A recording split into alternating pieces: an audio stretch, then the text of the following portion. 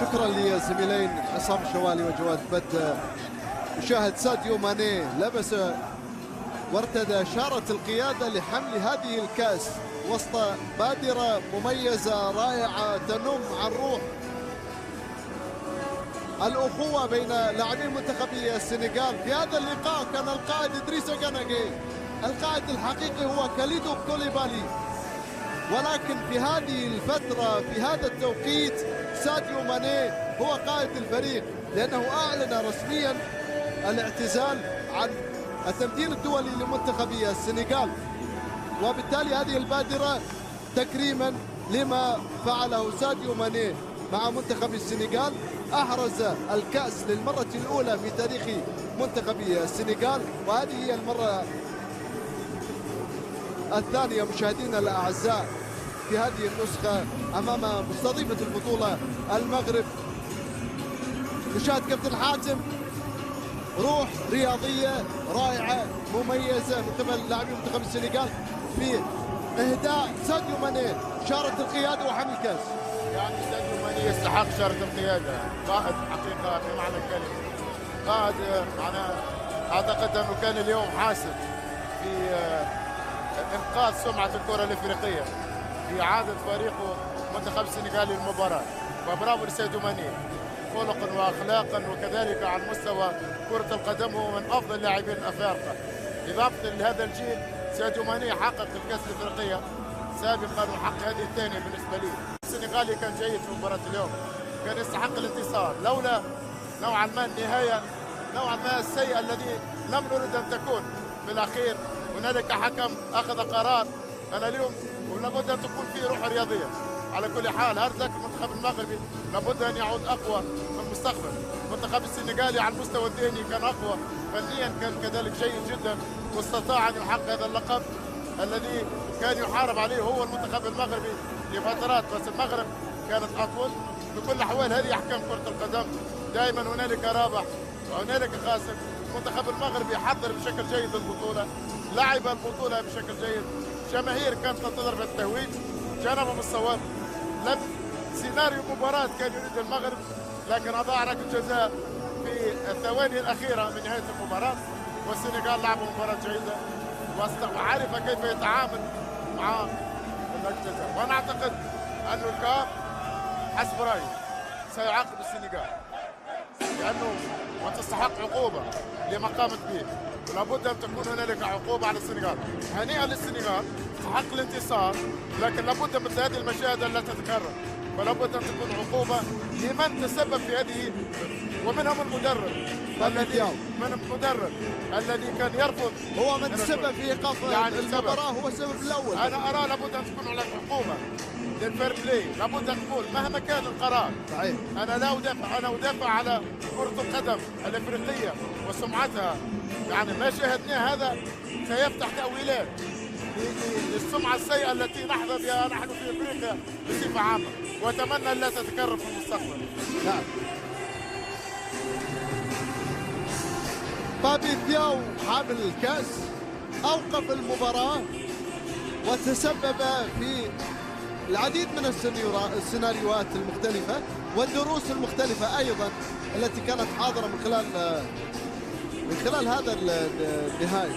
دروس كثيرة أبرزها من اعترض بشكل كبير على احتساب ركلة جزاء، هو من تسبب في إضاعة ركلة الجزاء إبراهيم دياز.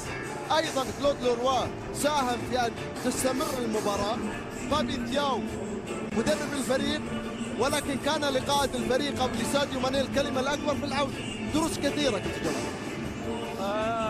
السنغال فاز بالكاس، وساديو ماني فاز بقلوب الأفارقة، وفاز برمزية القائد واللاعب النموذجي تاريخيا في افريقيا. هذا يحسب له، يعني ولا واحد ممكن ياخذ مكان ماني في قلوب المغاربة والأفارقة مستقبلا. كلود لوروا واحد من ابرز المدربين الذين مروا على المنتخبات الافريقيه اللي عاشوا في افريقيا. هو افريقي ما قدمه لافريقيا، وبالتالي نزل لأرضية الملعب وعنده هدف واحد، هو ينقض صورة كرة قدم إفريقية وأن تستمر المباراة. وتستمر المباراة، وبالتالي نظرا لقيمته فهو قناع ساديو ماني ومجموعة من اللاعبين باش يرجعوا. ولكن عكس هذا يعني باب تياو أظن أنه ما عندوش تجربة ولسه في بداياته.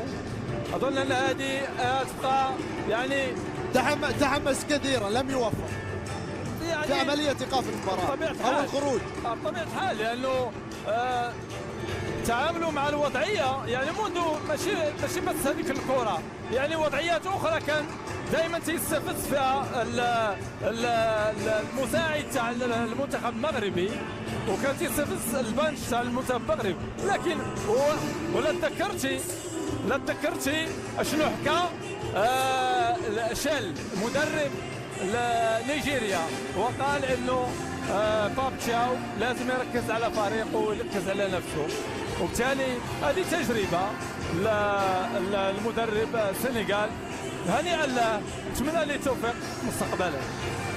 الغريب بأن مدرب الفريق الذي يجب أن يكون هو العلامة الفارقة في الهدوء، في بث الحماس لدى اللاعبين، في عملية هدوء اللاعبين أيضا وفق القرارات التي لربما قد تشعل الحماسة أو تشعل غضب اللاعبين، من ساعد هو من كان داخل أرضية الملعب ساديو ماني.